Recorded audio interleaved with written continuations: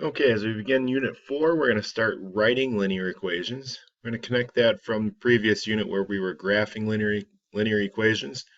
Right now we're going to write the equation that goes with the graph or the table.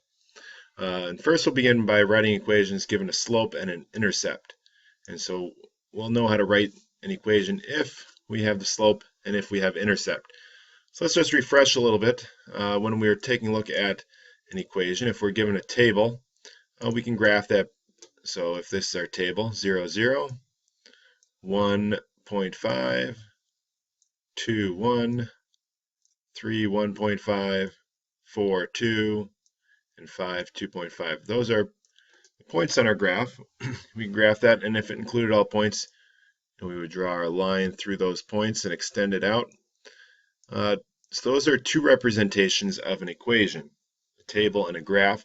Another way we represent that is with the relationship or the rule, oftentimes called the equation. In this case, our equation, as you can see from the table, all the y values are half the values from the x. So 1/2 times x is our equation. Y equals half of x, so 1/2 times x. So all these show the same thing, whether it's the equation or the table or the graph. So we know how to go from table to graph. So now we're going to go from, let's say we have the graph or the table, we want to write the equation. So we're going to start working with that. And let's start by exploring on our graphing calculator on Desmos, and let's see what the connection is between slope and intercept. We talked about m being the slope and b being the y-intercept. So notice right now this equation is y equals 1x plus 1. So it goes through the y-axis at 1. If I move it, now it's 5. It goes to the y-axis at 5. And I can move it down to a negative if I want, -3. So this equation y equals 1x minus 3. That's what happens when I change the m value, the slope. Okay, so now it's -1, down 1 over 1. So we can take this graph and convert it to an equation. So let's work on doing that. So let me take a look at this graph again. So I'm going to change this graph, and we'll give it something that we can work with here. So let's say this is our graph. So if I want to find an equation, I got to know two things.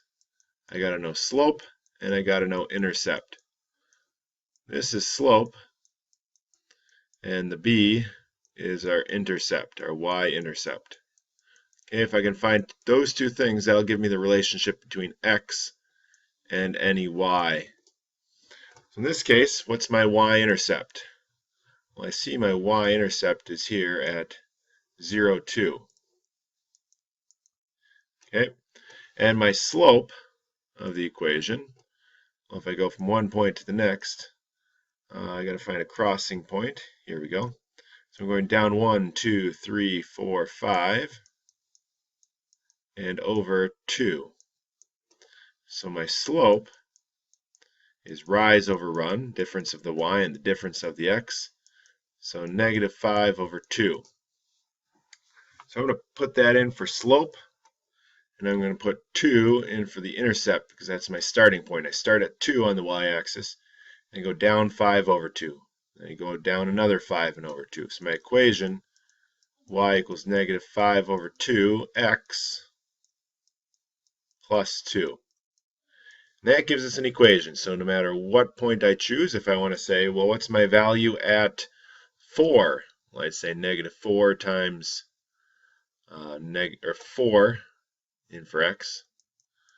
And I could substitute that in there and figure out what my y value should be. So 4 times -5/2 would be -10, plus 2 would be -8. So in this case, my y value would be -8. And if I look on my graph here, zoom out, at 4, my face, at 4 it is -8. So that's the advantage of creating an equation. Then we can go and find any value on any part of the any value um, from any set of ordered pairs. So let's begin by writing down some necessary information. So slope-intercept form, talked about that already, but slope-intercept form, y equals mx plus b, where m stands for slope and b stands for the y-intercept. If we know those two things, that gives us all the necessary information we need to create an equation. So all we're doing is just substitute values for m and b. So if I know what the slope is, I put it there as the factor of x. And then if I know b, I substitute there. So for instance, my first problem here, slope is 8, y-intercept is -5. My equation would just be y equals 8x minus 5. Okay, so let's try the next 3 examples there. Pause the video and start it when you're ready to check your answers. Okay, so number 2, y equals 2/3 x minus 2. 3, y equals -3x plus 7. Number 4, y equals -5/2 x plus 9. Okay, so hopefully you've figured out how to substitute the values of slope and y-intercept in to get an equation. Okay, so let's take a look on a graph. 2 things you got to find, slope and intercept. So in this case, where's my y-intercept? It's right here, 0, -5. So my b value is -5. And what's my slope? Up 1, 2, 3, 4 over 1, 2, 3. So 4 over 3 is my slope.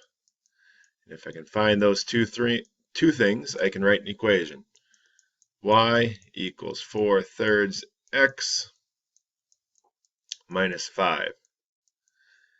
And if I didn't have the graph, remember I could calculate the slope by finding the difference of the y's, -1 and -5.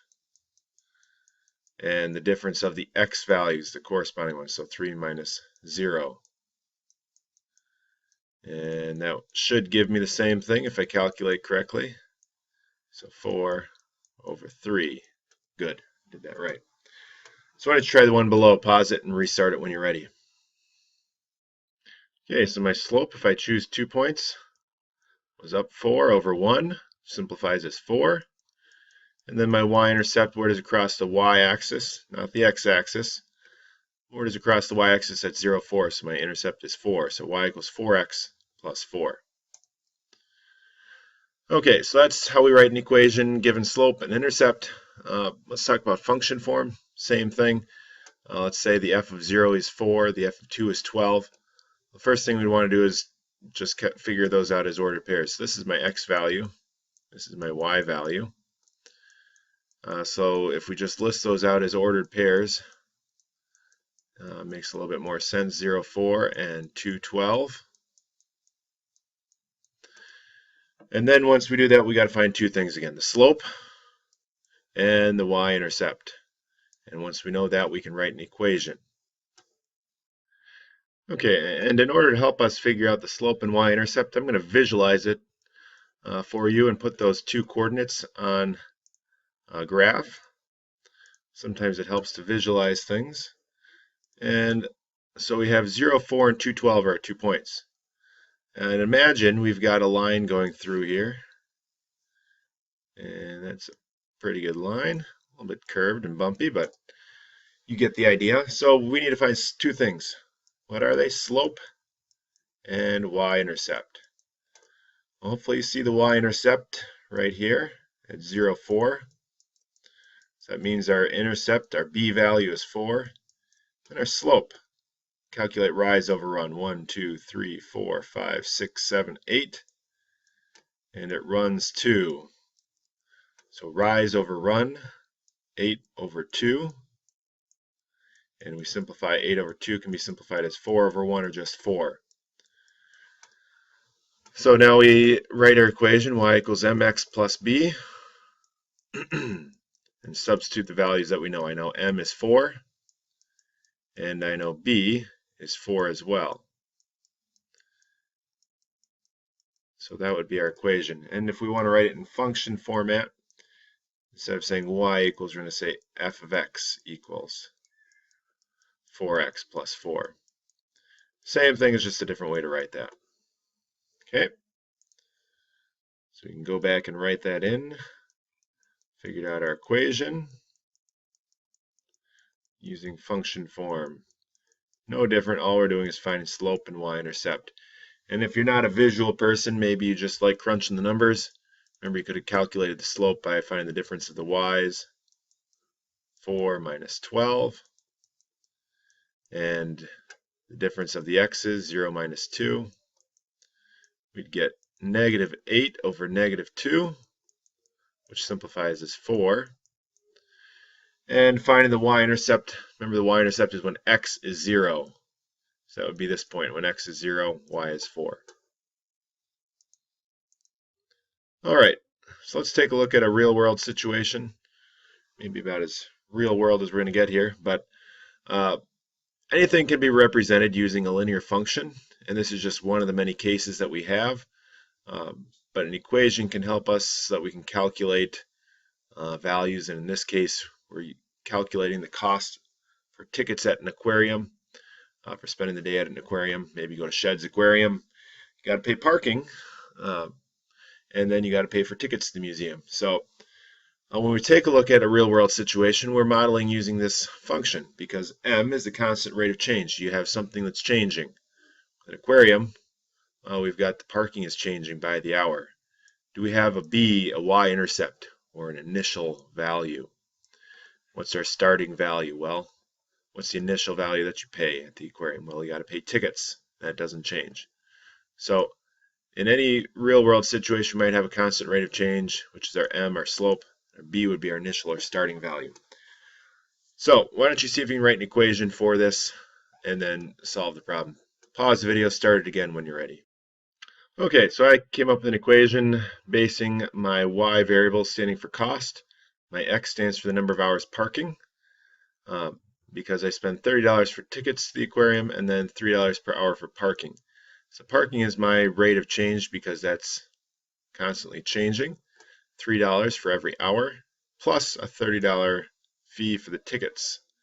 And that'll give me my total cost. So if I'm there for 4 hours, 3 times 4 is 12, plus 3 is 40, 30 is 42. So I'd spend a total of $42 at the aquarium that day to see all the little fishies and sharks and whatever else floating around. So today we worked on writing equations. We figured out that equations are just another way to represent, represent a situation. We talked about how we can represent using tables or graph or an equation. It all means the same thing, but just different ways of representing. We found that all we need to find is slope and intercept. And you should put this format to memory, the slope-intercept form. Y equals mx plus b. All right, see you next time.